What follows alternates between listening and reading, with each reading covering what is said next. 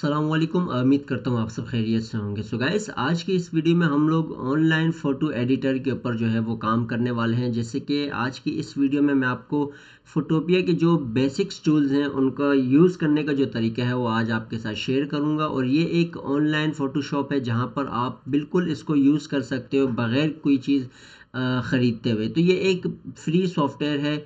आप किसी भी प्लेटफॉर्म पे वर्क करते हो, चाहे वो इफेक्ट्स हाउस हो, कैपकट हो या लेंस स्टूडियो हो, एआर स्पार्क स्टूडियो या और इस तरह के बहुत से प्लेटफॉर्म्स हैं।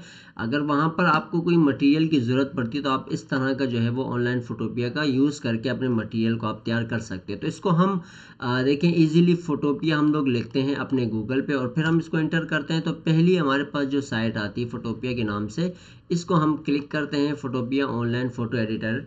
तो ये हमारे पास इस तरह का जो है वो एक इंटरफेस देता है। तो जिन भाइयों ने अभी तक चैनल को सब्सक्राइब नहीं किया, चैनल को लाजमी सब्सक्राइब कर दें, वीडियो को भी लाजमी लाइक करें और बेल आइकन को प्रेस कर दें ताकि इस तरह की वीडियोस भी आप भाइयों को अपडेट्स मिलती रहें।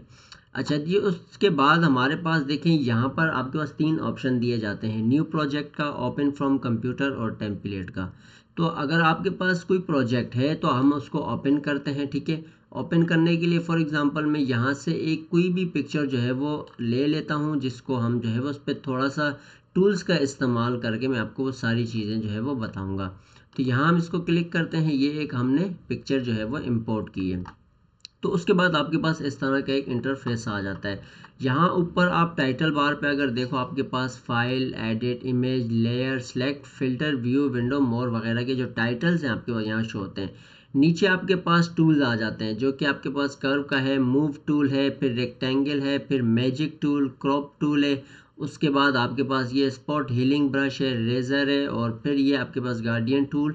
तो इस तरह ये आपके पास बर्न टूल और टेक्स्ट टूल। तो यहाँ मैं आपको बेसिक्स चीज़ें बता देता हूँ कि आप इसको कैसे जो है वो इस पे बेसिक्स टूल्स को लेके आप इस्तेमाल करके इसको यूज़ कर सकते हो। तो सबसे पहले हमारे पास आ जाता है मैजिक टूल। तो मैजिक टूल का मतलब ये होता है, अगर आपको किसी भी पिक्चर का जो बैकग्राउंड है उसको रिमूव करना है तो इस मैजिक टूल को आप कहीं भी रखते हो तो ये एक जैसे कलर को सिलेक्ट करता है। जहाँ पर भी इसको एक जैसा कलर नज़र आएगा वो उसको देख के इसको सिलेक्ट कर लेगा। अब फॉर एग्जांपल यहाँ हमने इसको सिलेक्ट किया, अब हमें चाहिए कि ये भी एक जैसा कलर यहाँ तक है, तो मैंने इसको भी सिलेक्ट करना है। तो इसके लिए मैं क्या करूँगा, शिफ्ट का बटन जो है वो दबा के रखता हूँ और फिर अपने माउस के जो है वो लेफ़्ट बटन से यहाँ क्लिक करता हूँ तो ये इसको भी सिलेक्ट करेगा।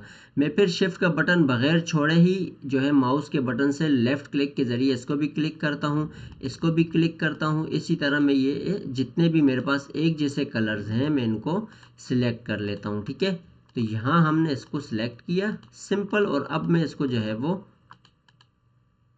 सिलेक्ट करने के बाद ये मेरे पास यहाँ पर फेदर होता है। फेदर आप जो है वो 0.30% का दे सकते हो, 1% का आप दे सकते हो, 3% का फेदर आप दे सकते हो। या आपके बैकग्राउंड जो भी आप पिक्चर बैकग्राउंड काटते हैं तो उसका फेदर आपको ये देना पड़ता है, जिसको हम मास्क के तौर पे जो है वो कैपकट पे इस्तेमाल भी करते होंगे, आप देखते भी होंगे।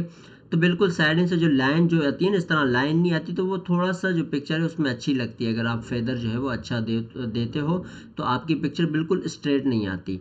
बहरहाल यहाँ पर मैंने सेलेक्ट करने के बाद जो है वो डी का बटन दबाता हूँ। ठीक है, तो डी का बटन दबाने से ये होगा, आपकी ये जो भी जो आपने लेयर सेलेक्ट की है ये आपकी डिलीट हो जाएगी। ठीक है, तो फिर मैं कंट्रोल डी करता हूँ, मेरा जो सिलेक्ट हुआ हुआ है वो अनसेलेक्ट हो जाएगा। तो ये हमने यहाँ पर इसका जो है वो बैकग्राउंड रिमूव कर दिया। अब ये होता है क्रॉप टूल। क्रॉप टूल को आप जिस तरह छोटा करना चाहो, बड़ा करना चाहो, ये राइट साइड से आप माउस के ज़रिए क्लिक करके इसको छोटा बड़ा कर सकते हो।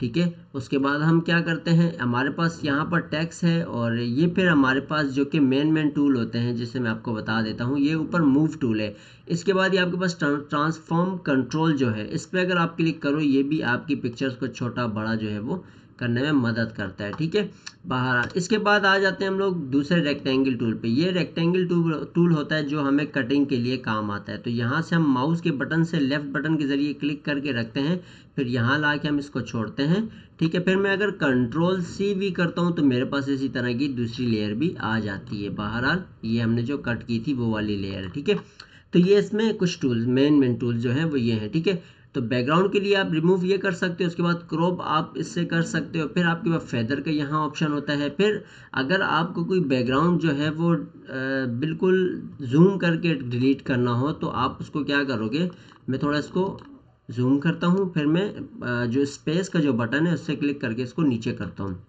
फिर मैं यहाँ से पेन टूल लूँगा। अब पेन टूल को इस्तेमाल कैसे कर सकते हैं, जैसे मैंने यहाँ माउस के लेफ़्ट बटन से यहाँ क्लिक किया तो मेरा ये एक डॉट यहाँ आ गया। अब मैंने क्या किया, मैंने इसी तरह माउस के दोबारा लेफ़्ट बटन से इसको बिल्कुल यहाँ ला के रखा, ठीक है। इसी तरह मैंने जो है इसको सिलेक्ट करता गया, माउस के लेफ़्ट बटन से मैं काम करता गया। अब यहाँ पर अगर मेरे से ये जिसे गलत हो गया तो इसको मैं अभी रिवर्स कैसे करूँगा, मैं करूँगा कंट्रोल आल्ट जेड का बटन प्रेस करता हूँ तो मेरा जो गलत जो होगा पे मार्क्स लगेगा उस पर ये हम इसको दोबारा जो है वो बैक पे ला सकते हैं। तो कंट्रोल आल्ट जेड करने से आप दोबारा बैक आ सकते हो। बहरहाल इस तरह करते करते आप जो है वो अपनी पिक्चर्स को बिल्कुल कंट्रोल आल्ट जेड करो, अब बैक हो जाएगा, ठीक है। इसी तरह आपने अपनी पूरी पिक्चर को काटने के बाद दोबारा इस पॉइंटर को ला के इसके साथ जो है वो अटैच करना होता है। फॉर एग्जांपल मैं आपको यहाँ दिखा देता हूँ, जैसे ये हमने किया, ठीक है। इस तरह करने के बाद ला के इसके साथ हमने ला के दोबारा मैच करना है। फिर हमने कंट्रोल एंटर करना है, कंट्रोल सी भी करोगे तो आपके पास ये तीसरी लेयर आ जाएगी, ठीक है। तो ये होते हैं हमारे बेसिक्स टूल। अच्छा, अब आपको कोई पिक्चर सेव करनी है, मिसाल है पीएनजी फाइल में, जेपीजी फाइल में, तो हमारे पास यहाँ फाइल का ऑप्शन होता है। यहाँ से आप आओगे नीचे एक्सपोर्ट पे, आपके पास पीएनजी, जेपीजी, पीडीएफ और ये सारी गिफ फाइल आपके पास यहाँ सेव हो सकती हैं। तो यहाँ एक्सपोर्ट पे आना है, यहाँ से आपने इन फाइल्स को सेव करना है। अच्छा, उसके बाद अगला स्टेप होता है हमारे पास एडिट का। एडिट इमेज में आप आओ, यहाँ बिल्कुल एडिट के साथ यहाँ मूड एडजस्टमेंट के पास आपके पास कलर बैलेंस और फिर black and white, photo filter, channel mixer, ये सारे आपके कलर बैलेंस होते हैं। फॉर एग्जांपल मैं सिलेक्टिव कलर लेता हूँ तो ये मेरे पास कलर की जो है वो सिलेक्टिंग आ जाती है, ठीक है गाइस। तो इस तरह हम इसको जो है वो सारी सेटिंग्स कर सकते हैं, अपने कलर बैलेंस वगैरह को कर सकते हैं, ठीक है। तो ये हमारे मेन टूल्स हैं जो आपको इसमें इस्तेमाल करने होते हैं। बहरहाल इसके अलावा भी बहुत सी ऐसी चीज़ें हैं, लेकिन वो एक फिर आपको पूरा उस पर जो है वो सीखना पड़ेगा। उसके लिए तो फिर मैं आपको यही मशवरा दूंगा, आप जो फोटोशॉप हैं हमारे उनको, एडोबी के जो हैं उनको सीखो तो वो आपके लिए बेस्ट है। तो बहरहाल ये एक नॉर्मल काम के लिए आप एक ऑनलाइन फोटोपिया का जो है वो इस्तेमाल कर सकते हो। तो इंशाल्लाह बहुत से भाइयों ने मुझे कहा भी था सर इस के ऊपर वीडियो बनाए, हमें कुछ टूल्स का बता दें, तो मैंने आपके साथ जो थे वो शेयर कर दी। इंशाल्लाह मिलेंगे हम अपनी आने वाली वीडियो में, दुआ में याद रखिएगा। अल्लाह हाफिज़।